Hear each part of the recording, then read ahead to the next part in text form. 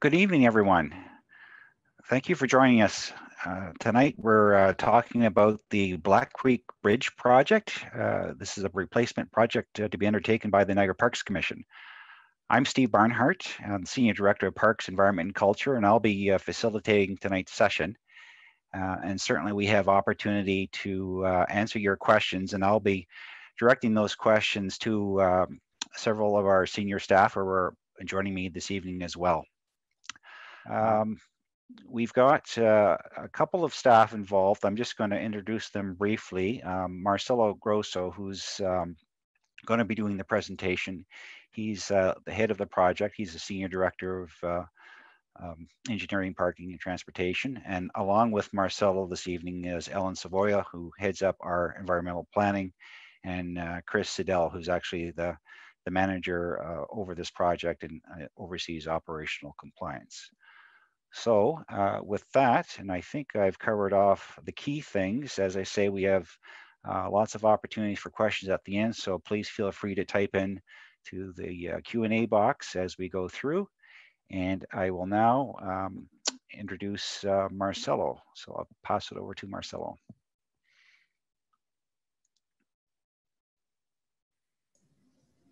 Hello.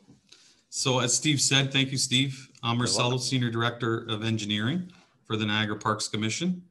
And thank you for taking the time to join us today. As Steve said, I have a small team here with me tonight, just 3 of us. And we will be taking turns answering any questions, which will come up a little bit later in the presentation during the question period. Chris will take on the more technical questions, and Ellen will deal with the questions around environmental planning, heritage, or things like erosion, fish habitat, species at risk, those types of questions that may come up. So I'm going to go to the very first slide and talk to you a little bit about the history of Black Creek Bridge. So the bridge is a single span concrete arch bridge. The construction dates back to 1911 of the bridge. And in 1994 is the records that we looked up is the one time where the parks undertook a big rehabilitation project.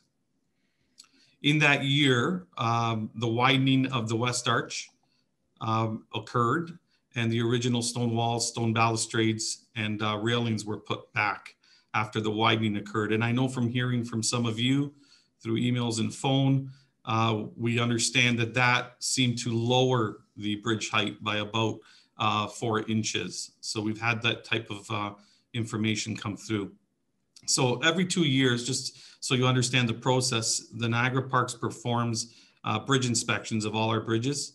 And we utilize an external engineering company who are obviously experts on bridge reviews and bridge condition assessments. So based on those reviews, we are now planning, and we're in the planning phase, to replace this bridge within the next 5 years. So 5 years or less is the target. So the plan today is to collect feedback from you, review 2 options that we've put on paper or on these slides that we'll present this evening, a little bit more detail as we go through. And then we will start talking with bridge design experts and plan the replacements, as I said, within the 5-year period. And I just want to note, due to the pandemic, and I know everybody's aware and everybody's experiencing it, but there are some timing and obviously some capital dollar availability concerns that we're working through. So that's all been dramatically impacted. So cost will be a factor, but not at all will it be the only factor. Really at the parks here, it's never the main factor, but under the current climate, I think it's important that we just note it will be a consideration, of course. So there's several other factors that I would like to let you know that we would look at. And these factors would include things like environmental. So we talked about just erosion, fish habitat, species at risk. We'll have to look at cultural, heritage. We'll look at social, so businesses in the areas, could they be impacted? Residents on the Parkway, people who have boats, people who don't have boats, people who live on Black Creek. We'll look at technical, because there could be technical constraints in how we reconstruct a bridge. And obviously regulatory. if there's any authorities like the Conservation Authority or anybody else like that, that we would have to consult with. So one thing I just want to caution you is, if for whatever reason you have technical problems, questions don't work, if anything goes wrong, it is our first time, you can always go to niagaraparks.com/Black Creek. There, our communications team has posted the presentation, and there you could also provide your feedback. Okay, so just want to make sure, I'll keep reiterating that through the presentation so that you're comfortable that you have that opportunity, even if things don't go perfectly tonight. So next slide. Just a little bit more orientation in terms of an overview of the bridge itself. So this is an overhead view of the bridge. Black Creek Road is seen on the lower left. And this is a road that will come up again on one of the options because it could be potentially impacted. Black Creek is on the lower edge of the bridge water feature, and the Niagara River is to the top. So just for orientation purposes, and you can see that the Niagara River recreational trail is on the Black Creek side of the bridge. I know most of you are familiar with it, but there's the recreational trail that we'll keep in mind as we have some more discussion. So if we move to the next slide, it's another beautiful photo, a drone view of the bridge from the Niagara River side looking towards Black Creek for orientation purposes. You can see a business building on the right and Black Creek Road alongside of that building. And if you look really closely by the blue siding, you'll see Chris, who's sitting about 10 feet away from me today, but he's here this evening. So I thought kind of a little tidbit there. You'll see him in the photo. We'll move on to the next slide. This next slide is just basically a quick sketch kind of concept drawing when we started looking at the bridge. And the purpose of this slide is to kind of identify some of the key features that we need to look at. So we'll look at pedestrian crossing, which will be important, and doing that safely. We have to look at including adequate width for future on-road bike lanes. We've got the iconic metal scroll railings and the stone fascia that could be deemed important heritage features. We'll also look at possible improvements to the sight lines and the alignment of the bridge at that time. And then we need to look at minimizing impact to shoreline of the river and Black Creek, as well as we just want to make you aware there are some planned fish habitat restoration work that's in that general vicinity that's been funded by Parks Canada. So we just need to keep that in mind when we proceed. And then a very important point as well is we have not done this yet, but it will be next. One of the next steps is we have to complete a heritage assessment. And we're required to do that so we can confirm what the conservation requirements are from that perspective. So that's another very important point just for everybody to know. So next slide. And here is where we've received public inquiries. I mean, I had a few phone calls, had a few emails, and you know, people understood that we were looking at the bridge and we were looking at a potential replacement. So that's why we're here today, to collect the feedback. So MPC has added an option based on that feedback, which was to increase the height of the bridge to allow for larger boats to access the river from the creek. We also heard some preliminary feedback as well about some environmental concerns on the project and potentially how we move forward with what we select. So we just want to bring that forward as well. MPC staff went on 2 boat tours to experience and understand the multiple perspectives and concerns from the local residents and people that use the river and Black Creek and want to get under that bridge. And, you know, Ellen is with me tonight, but we did a barge and I was also on a pontoon boat, and we got to experience it firsthand. So I can tell you, we see the concerns. We understand how tight it is. We also recognize that water levels have changed over the past few years, and that's made it even more difficult. So what I do encourage you to do is later in the question period, or when you provide feedback, just tell us your ideas, tell us your concerns, tell us why it's important. We want to have all of that because we will present the 2 options, and then we'll listen on what you think about the options and your ideas. We'll look at height requirements. We'll just, look at the concerns and anything at all that you want to communicate. Now's the time to do it. And again, if you can't do it now, you'll be able to provide your feedback on the website at niagaraparks.com/Black Creek. So we'll go to the next slide. And this is option A. This is initially what we were looking at as staff at the parks. And option A, just to walk you through it a little bit, it would keep the bridge as close to the current bridge design and location as possible. It would mean a minimal increase to the elevation of the bridge.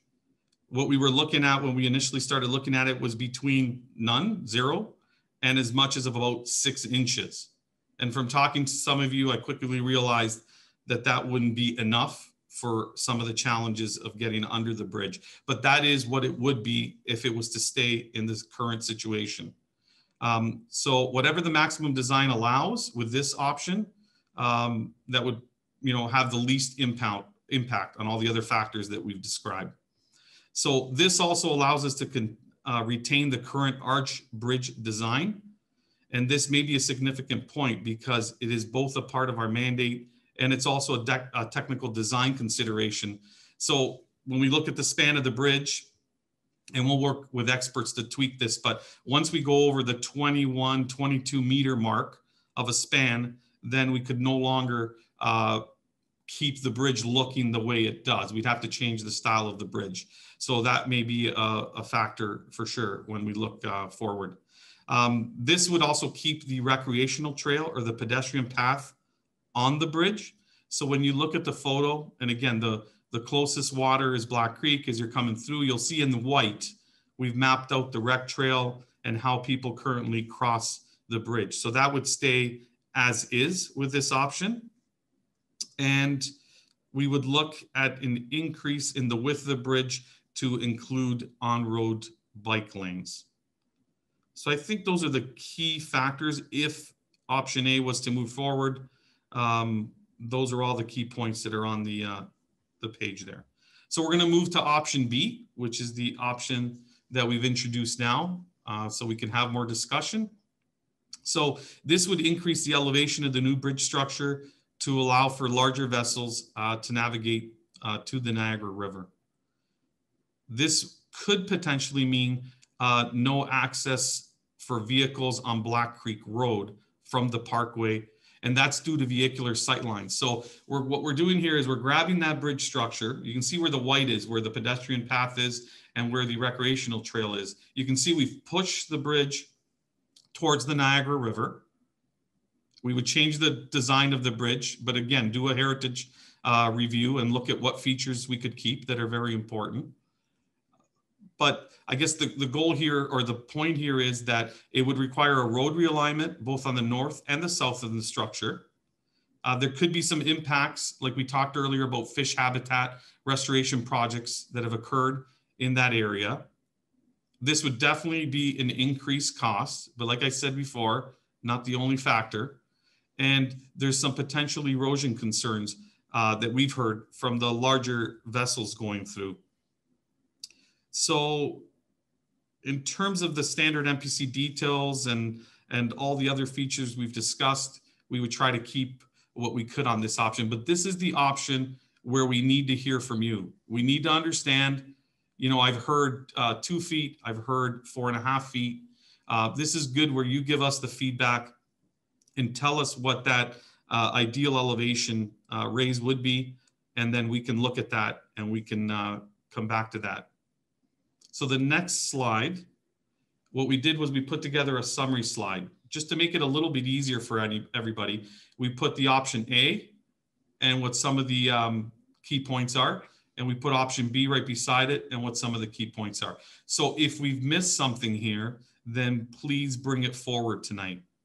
But this allows us to do a bit of a comparison. So I'm not going to read every word that's on the page. It's just a good summary for comparison purposes. Like I said, provide your input and feedback, whether written or whether tonight. And then staff would take something like this as part of a report to our commission to help them make an informed decision in the near future. The next slide is just, I'm going to talk a little bit about next steps because I want to do that now before we get into the question period. So I've mentioned the website a couple times, niagaraparks.com/Black Creek. Please use that after the meeting. Following the session, the recording and the presented materials will be posted at niagaraparks.com/Black Creek. Where residents who are unable to attend, again, you have the opportunity for written feedback, and you can complete a survey that will become available. So the survey will remain open for 2 weeks, and that would allow everybody feedback. So it doesn't end today. There are 2 more weeks where we can look at, or we can take in information and feedback from yourselves or others that are interested in the project. MPC will also be receiving comments from the Town of Fort Erie Engineering Department and Planning, who have been great in starting to work with us and giving us their feedback. We also will talk to fire services because we have to make sure that if we were potentially to close a road or make changes that are that impactful, that we're not hurting the delivery of their services or the quality of their services. And then, of course, we will talk to the Conservation Authority as well to understand from their perspective that we're following all the right steps. So all information collected, including resident feedback, heritage assessment, engineering requirements, will be reviewed and considered. And then the plan right now is that early in the new year, so in 2021, staff would put together a report, collect all this information, and take it back to our commission with some recommended actions based upon the feedback. So what I'm going to do now, hopefully that's giving you a bit of an overview of what we're looking at, the 2 options, how to put your feedback in. We're going to open it up. I'm going to hand it back to Steve, and I think he's going to take it from there and open up the question and answer period. So Steve? Great. Thanks, Marcelo. We do have our first question here, and it's related to option B. So you may want to go back to option B. And the question is, would option B provide longer response times for emergencies, not having 2 ways into and out of Black Creek? So perhaps you can explain the Black Creek issue there. Yeah, so the short answer would be yes, potentially yes, but we are going to rely on emergency services to provide that feedback, to analyze that. But yes, the option B pushes the bridge back, raises the bridge potentially significantly. So we need to hear from you how much. That will start to impact the sight lines coming off of Black Creek. So it could mean, I'm not saying that it will, but it could mean closing off Black Creek and then forcing people to the nearby access points would be Netherby, and the one other road was just slipping my mind right now, Switch Road. So the short answer is yes, but we rather confirm that and receive that feedback by letting the emergency services respond to us and confirm that. Okay, and just to remind everybody, if you do have questions, feel free to use the question and answer box. You just go ahead and type in questions, and all the questions are going to be captured as part of our report. So we'll certainly wait some time here if there's other questions coming up. While we're waiting, Marcelo, maybe if you could explain the difference with the trail alignments, because the 2 options do have a slightly different trail alignment. Sure. So Chris, if we could go back to option A, we'll flip between those 2 key slides, option A and option B. But you can see in option A that the recreational trail, it's in white. Let's say working from right to left right now. It does go over the bridge. So currently that is there. So we're keeping that link with obviously this option. If you go to option B, then what we're actually doing is separating the bridge and the pedestrian trail. So it would mean a new bridge closer to the Niagara River, and it would mean a secondary new pedestrian bridge to connect the trail. So we could keep the rec trail going and connecting across, as you see on the diagram. So yeah, sorry if I did not explain that properly the first time. Oh, thank you, Marcel. So the next question is related to as the road gets, the parkway gets pushed away, so it gets realigned. Some of the driveways appear not to have direct access to the parkway. Can you maybe elaborate on what the plan there would be? I So guess option B, sorry. yeah, so the question was on why Black Creek Road would The no longer no, be the active. residential, sorry, the residential driveways that Oh, okay. don't completely connect to the new parkway alignment. Yeah. Okay. So I'm going to ask Ellen to come up and talk to that question because I think there's a couple more questions coming on the environmental side or erosion side I can see. So I'm going to ask Ellen to come up just 1 second and we will.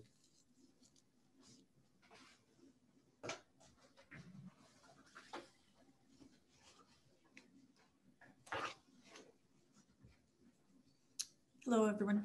So the question about the driveway, the residential driveway, similar to the potential that Black Creek Road itself might be closed off, that driveway, just depending on sight lines and how high the bridge potentially in option B could be elevated, it could impact the driveway and how it would connect into the parkway. So these would all be things that we would have to take into consideration and evaluate what options we would have for that design. So definitely we can't leave somebody without access out of their property. So we would have to investigate what the options would be for that.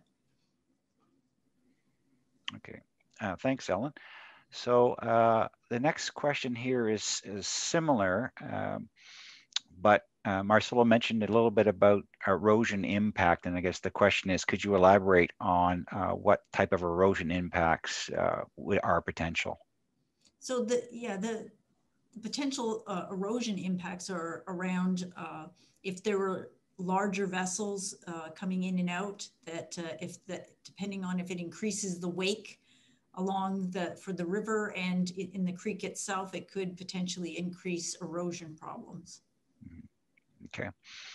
And there's sort of a part that Marcelo's already explained a little bit about the issue with this option and the potential that Black Creek Road would not connect. So I'm not sure if I'm a little behind on that one, but I will just restate that design is still under consideration through the detailed design process. So should it become a safety issue if the bridge got too high and all of a sudden you have a blind intersection, meaning that the bridge, somebody coming from the south wouldn't be able to see over the crown of the bridge, and conversely somebody exiting Black Creek Drive wanting to make a turn out onto the parkway couldn't see a car coming from the south. So that's the consideration that Marcelo was mentioning about that will be looked at through detailed design and how the height of the bridge will impact that connection to Black Creek Drive. So our next question is related to the bike trail. Why would the bike trail be separated from the bridge in option B?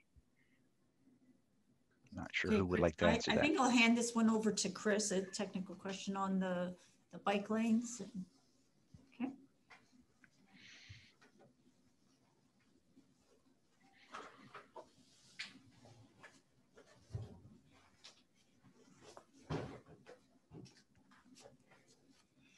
Hi, good evening, everyone. So sorry, Steve, the question was surrounding the separation. Correct. Why would the bike trail be separated from the bridge in option B? So looking at option B, the thought would be to continue the trail alignment. If you look from north to south, I guess it is. The thought was with that conceptual design, is it to have it mirror other crossings and allow for that separation between motorists and pedestrians. All right, thank you. Our next question here is, we're asking that the status quo vessels get passage, not larger vessels. This is due to higher water levels of the last 3 years. So I guess it's really a statement here about impacts due to higher water levels. So I'm not sure if there's, we're going to capture that question for record. that there's a request that we look at status quo. I'm not sure if there's anybody on the team wants to comment to vessel size at this time. Yeah, I think the team is just we're gonna capture that comment. It's more of a comment about the the status quo vessels, not particularly a question. So, but we will capture that in our records. Okay, thank you. So the next question, again, this is for option B. Could you not make the parkway into a turn onto Black Creek Road, right turns only, and right turn only from Black Creek Road onto the parkway? I think the bridge height could be 2 to 3 high in that scenario. So basically remove the blind sightline option, right turns only. Yeah, that's something that we definitely could investigate, making it a right turn only. I mean, there's definitely the difficulties to control and manage that from a design perspective. But it's something that we would have to work with the town and also discuss with emergency services. So that's part of the design factor we'd have to look at, but it's good feedback that we have. Okay. The next question, again, related to residential driveway design. The question is, would you not have already considered the importance of driveway access to the parkway as part of the review of options? Yeah, it's some of the things that have been considered. The intent, I think, for this session was to more gather feedback on both option A and option B. We're getting into more technical designs component, which we're not at that stage yet. We're looking for more or less feedback on some reports to engage to that next phase for driveways. But I mean, we would not look to cut off any driveway accesses for residential. There would have to be some design done to that. Okay. And Chris, this is another engineering question, and I'm not sure if we'd had this level of detail yet. But the question is, in option B, will the bridge or the trail be closer to the residences than it is currently? I wouldn't do. It would not be closer than the current status. With option A, it would be like for like location. For option B, the trail would remain adjacent to where the existing property lines are, where the current status is. There would be no encroachments. Okay, thank you. Our next question again related to the bike trail. Would the bike trail be the same height as the traffic bridge as it is in a portion that you put it on the riverside? So I would assume that that's referring to the option B separation. So a pedestrian, I guess that's a tough one. Are we referring to the pedestrian? Sorry, I think the question is related to the recreational trail. So, would the trail be the same height as the traffic bridge in that option B? I mean, if we were raising the bridge as part of the design, I think the pedestrian bridge would be as well considered, because the purpose would be to allow for vessels to travel under whatever that determined elevation would be. Okay, and then there's a second part to this. Is it even possible to put the bike trail on the riverside of the parkway? Yeah, getting into there's some design standards related to crossover of traffic and vehicle flows and traffic flows and stuff. So those become a little bit more challenging related to design and design constraints and stuff. So it's something that we would typically not look to have, but that would more be in the design phase and discussions with the town. Okay. Another one for you, Chris.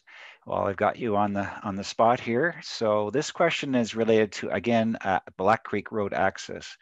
Why wouldn't you consider access to Black Creek Road from the parkway one way only?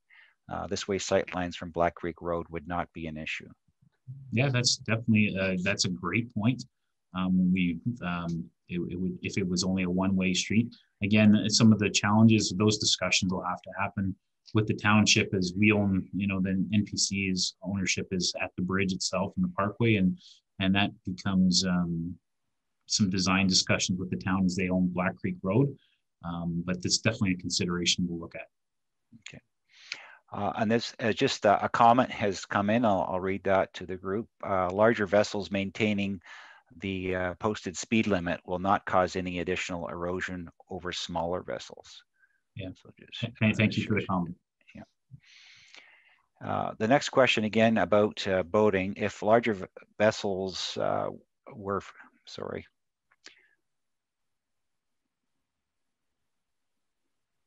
Okay, so a question is really about docks, suggesting that if the design facilitates larger vessels, then it sounds like we would have to allow for larger docks. And this could create an impact because of the width of the river. Docks obviously could make the passageway narrower. Is there any way for Niagara Parks to control this? So I'm going to pass off to Ellen here. She has some more information or can share more related to environmental docks and so on and so forth. So I'm going to pass this off.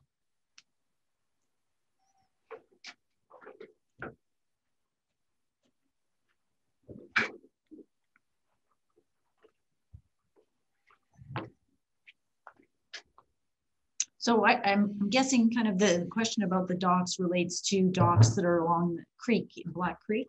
So the creek is a regulated water course under the Conservation Authority. So the requirements of the Conservation Authority would come into effect on how the docks would be, what they would be permitted, how they would be permitted. So that would be, as Marcelo mentioned, are looking for comments from the town and also the Conservation Authority. So those are some of the questions we will be asking from the Conservation Authority. Great. Thanks, Ellen. Sorry, the next question is an engineering one, so I'll have to direct this one either to Marcelo or Chris. Could you confirm that, oh, sorry, there's two options related to bridge height. The first question is, what is the proposed bridge clearance in option B? And then I'll just, the other question related to that is, could you confirm that the bridge height won't change in option A? So the first question, Steve, for option B, there is no design work done. So we're actually trying to get the feedback from everybody on the call to understand. We do have some feedback. We've seen 2 to 3 feet, 4.5, 5 feet. That's just an image we created for the purpose of having discussion around both options, but we've done zero design on either option. That's what today is about. Collect the information. If we can get enough feedback to say that the ideal height that that everybody's looking for is 2.5 feet, then we'll go and look at what that means from a design perspective and where we would be and what the sight lines are, etc. So that's, I guess, the first response about option B. We don't have that at this point.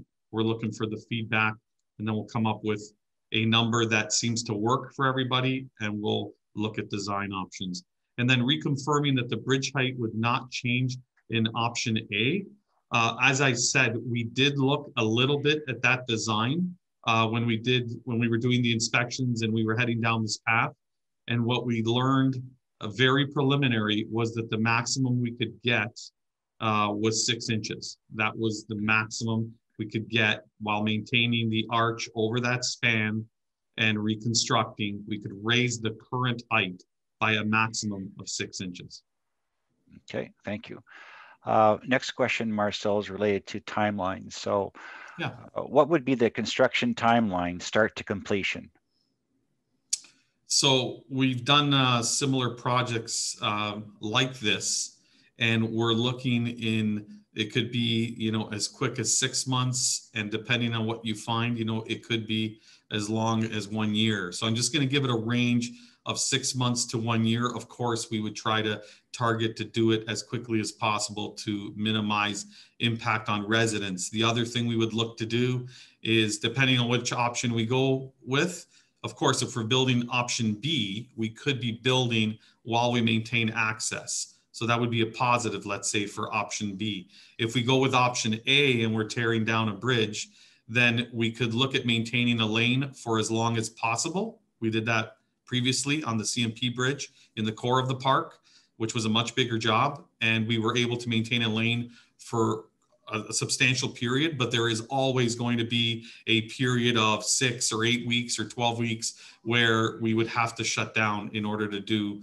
some work and shift over to the opposite lane. So I'd like to say right now, we'd have to expect about a 6-month project of shutting down that access, worst case scenario. Okay. So this is another design question.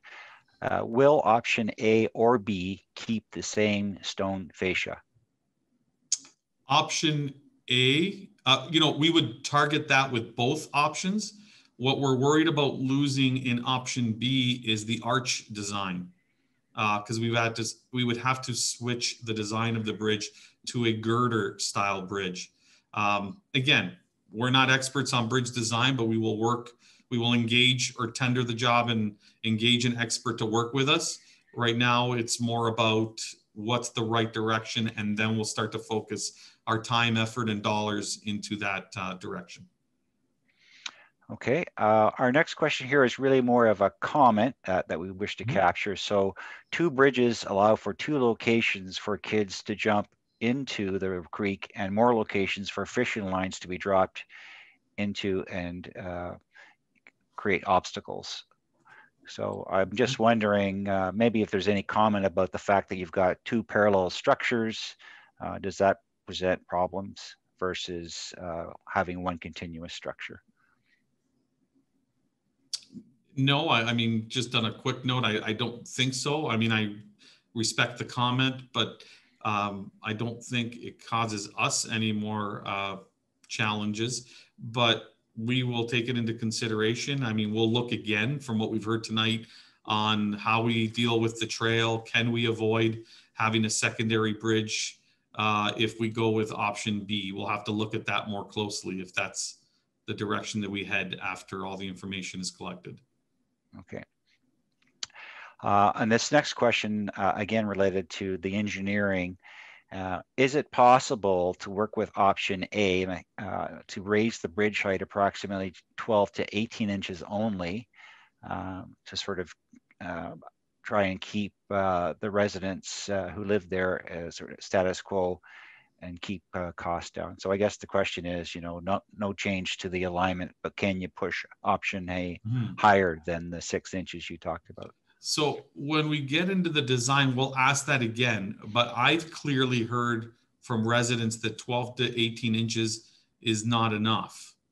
I mean, I know that the most we can get, the better, but even being on the boat and the barge myself, I don't know that 12 or 18 inches is going to be enough to get most of the boats that are currently there through safely, especially as the water levels seem to continue to rise or have reached a new high level. So we will target the most we can get with option A. And if it's more than 6 inches, terrific. But the preliminary information we had from the engineering company that reviewed it and did some quick numbers, they figured we would only get up to 6 inches.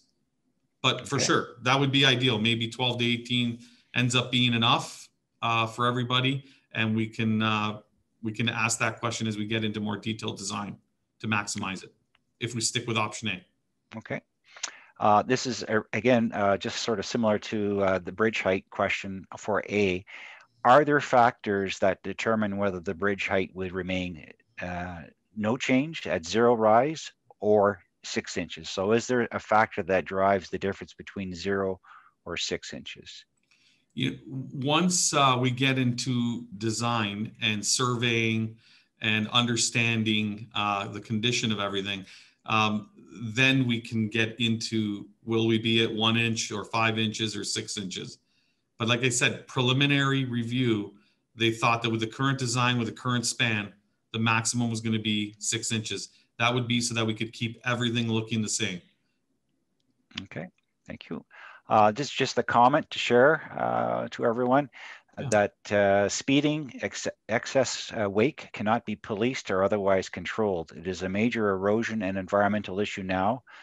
There is potential for it to worsen with larger boats. So thank you for that comment. Yeah, thank you for that comment, because, I think we're hearing some different messages, right? That the larger boats or the wakes don't impact erosion.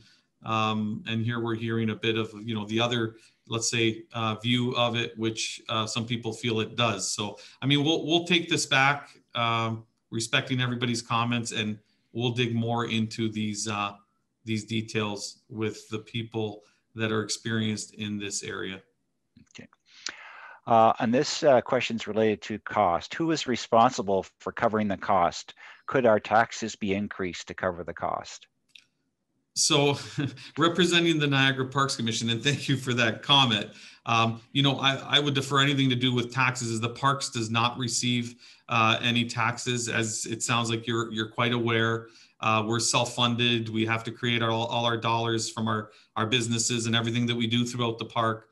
So, our budget and what's happened with capital is constrained, but we can have discussions or more discussions with the town of Fort Erie and, pose that. We'll share what we're hearing here with the town.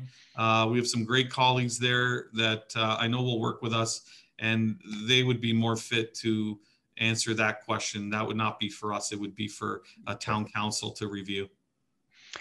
And this next question is related to sort of the seasonality of when the construction project would happen. Will boat traffic remain open during construction? I would have to verify, but my quick answer would be no. I know that's not a positive one, but as soon as we start construction, it would be unsafe to try to maintain the traffic. I mean, once you start, tearing into the bridge, everything would have to stop underneath it.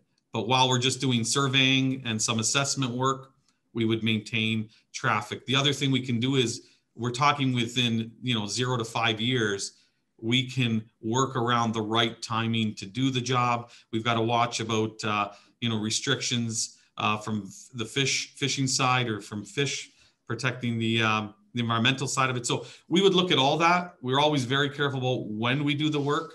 And in this case, we do have a little bit of time to make sure we plan it to try to minimize the impact to the boaters. So we would take that into consideration for how we lay out the schedule.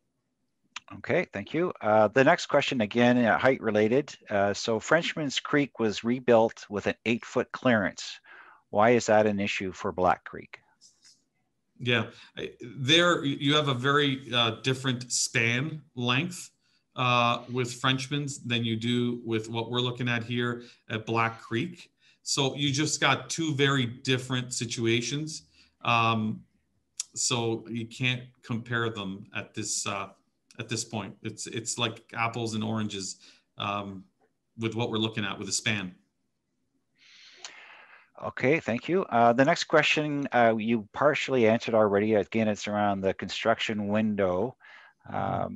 If the bridge has to be shut down, was there still an opportunity for boats to be allowed in and out of the creek?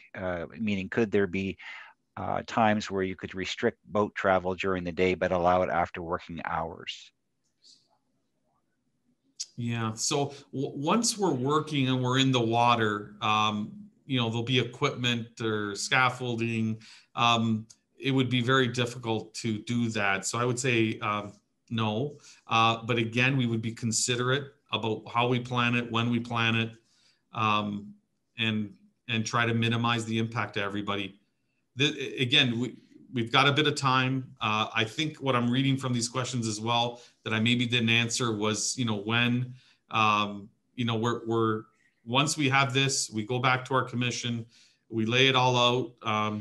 Staff would give a recommended option. We will give alternative options. We will talk to the town of Fort Erie, and we're probably, a year away from then even having the design ready, another year of planning. So it might be by year 3, let's say, from now, that we would be looking at constructing.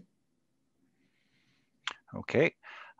This is just a comment again related to the existing residents. So the residents are asking that we could get our existing boats under that we have all owned for years, meaning that we need 12 to 18 inches would work for all the existing boats. So there's a comment we'll capture. Yeah, what I'd like to see to that, Steve, is with that particular comment, and that's good information, okay? But I've heard, 2 feet, 3 feet, 4.5 feet. So it would be good if we could see some more comments about, does the 12 to 18 inches do it? And we'll get very serious about looking at the design to get 12 to 18 inches and what that means. Or does that not do it? My original impression was that does not do it, but I would like to hear more from others on the line. We have 39 currently on. That would be something great over the next few minutes if somebody else could comment and concur that that is acceptable, and then we can get serious about that.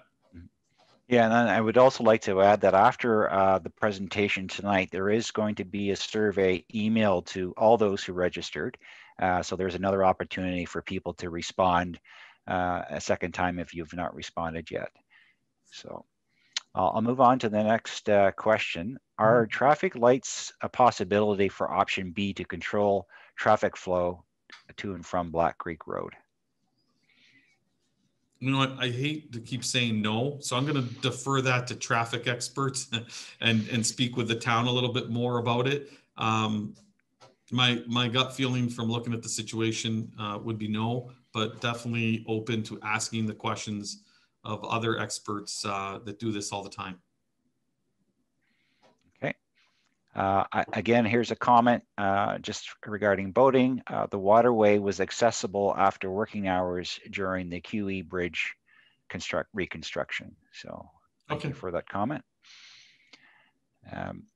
Next question is about timing. So could the work be done during the winter like the last bridge project at Weaver Road by Legends? So winter only construction. Yeah, we can look at that option for sure. Working in the winter is usually a bit more expensive, but for sure we would look at that if that would make a big difference to everybody, a positive difference. Okay. And it's just another comment for the group. I've lived on the creek for 45 years, and the residents do a good job on regulating speeding of boats, and a larger bridge would not raise the volume of non-resident vessels, in my opinion. So thank you for that comment. Okay. Another one regarding the height, stating that around 2 feet would work for us. And our next question is, when is the final decision being made on which design height? We just moved on the creek this year and are holding off buying a boat until the decision is made due to clearance. All I could say is, because, I can't control all the timing, but our plan as staff is to collect all this, put it together, do some more homework, speak with some more experts once we have all this information. And in the new year, we would take this to our commission with as much information as we could, so we could have that decision made early next year. I can't promise that. That is our target. But I think by the end of next year, we need to have a decision, because then we have a couple years of work to get ready for this bridge replacement. So, and like I said, we have to do this in the next 5 years. So that's the best way I could answer that. We will do our best for early next year. Thanks, Marcelo. Next two questions are again about height. Comments, 12 to 18 inches would be a nice, reasonable height to accommodate most vessels. And similarly, another person has said 12 to 18 inches works best. 90% of the boats on the creek are pontoons. So that's interesting. I did not know. Yeah, that's good information to know. I didn't recognize that it was 90% pontoons. This is just a little aside. The pontoon boat sales I've seen have gone crazy over the last 10 years. I think we're all getting a bit older in our boating preferences, and it's easy to get in and out of a pontoon boat. So that's interesting. Next question, in option B, would the footbridge be the same height as the road bridge? I think we had that earlier. Yeah, and I guess there would be no point in raising the main bridge and spending all that time, effort, and money, and then having a bridge that would be, you know, significantly lower. So I mean, the target would be yes, but we'll look into it more. Okay. This question is related to the height. So yes, 2 feet or more would be great, but why not make it as high as possible? So are there restrictions about going as high as possible? Yeah. So like I said, the initial review, basic, was the maximum we were going to get was 6 inches. I recognize that's not enough. I'm hearing that 12 to 18 can work. I'm also seeing now 2 feet or more. So we're going to have to narrow this down and say, you know, if it's 12 inches we're going after, we'll get serious about getting to the 12 inches and see if that is possible with a arch bridge, which is what we want to keep there. We'll look at that more seriously, and we'll take that information to our commission. Okay, thank you. Sorry, I'm just, this is just a statement. I agree, 12-inch height increase would work for the majority of boats of residential people living in Black Creek. We don't want to invite more larger vessel traffic, as it is getting too much for Black Creek and will hurt the fish habitat and erosion. Access for larger boats should only be for residents. So thank you for that comment. Yeah. Next question here. More of a comment. No, sorry. It's as global warming continues unabated and the Great Lakes are expected to continue to rise, is it even reasonable to worry about bridge heights unless the water threatens the road? It's sad that those with large boats have issues, but there are marinas available locally. So thank you for that comment. I don't know if you want to add anything to rising water levels. We can say that Lake Erie does go through cycles. In its past, it has been quite high, and then it does succeed a little bit, but we are seeing a sort of a sustained period of rising water at the time. So, but thank you for that comment. Okay.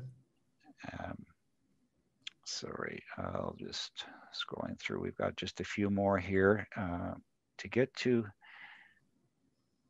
So this question, there is presently a road allowance on Black Creek Road, which could be reopened and directed to Netherby Road. Okay. So there must be an unopened road allowance somewhere. Okay, I'm not aware of that, but we will definitely look into that. Okay. Again, this statement is really about the one-way traffic. Could Black Creek Road be made into one-way only that would allow for emergency service access? So, don't you have a comment on that, Marcelo? Or? No, I think we've already answered that. Yeah. I don't have any different response. Okay. The next question about road heights here. Has the NPC considered keeping the road heights as is and using a small scale lift bridge to accommodate boats for 5 months of the year of the boating season? No, we have not. That would be a very, very expensive option. Mm-hmm. You know, we will take all comments back with us. But that's something that I could tell you is not within any budget that we currently have to make happen. But, you know, we'll look at it. I've been wrong before, so we'll definitely ask some questions. Okay, I'm scanning the list. I think we've answered the majority of questions. Again, there's a couple of comments about the rising water levels. One person has said that 12 to 18 inches is likely not enough. Some people have had to sell their boats already because of rising water levels. Others seem to feel that 12 to 18 inches will work. So obviously the style of the boat is coming into play here. Okay. So we'll leave this open for a few more minutes. I think we've gotten through all the questions. Really want to thank everybody for your input this evening. And also, please feel free to take a look at the survey when it comes out. I know everybody's busy, but it would also help us guide our future virtual sessions like this. As Marcelo mentioned, this is one of the first ones we've done like this. We normally like to hold an in-person session. So if there are comments that you'd like to provide on how we can improve this process, feel free to include that. And on the screen here, there's a couple of different ways. So we've got the project website, which you can capture, niagaraparks.com/Black Creek. There's also an email if you would like to ask a direct question. Please email info@niagaraparks.com. Our guest services people will be able to direct those questions and get a response back to you as well. And certainly you can call guest services if you have questions that you'd like a discussion about. Again, this has been helpful for us. I really appreciate the input. We have captured all this. So on the project page, the presentation will be posted probably closer toward the end of next week. And the session tonight has been recorded. So all the questions that I've read and the team's answers will be captured. And then you can certainly play back those questions and answers to people who were not able to participate tonight. And so maybe in closing on the process, because there is a question that's come in about the follow-up meeting.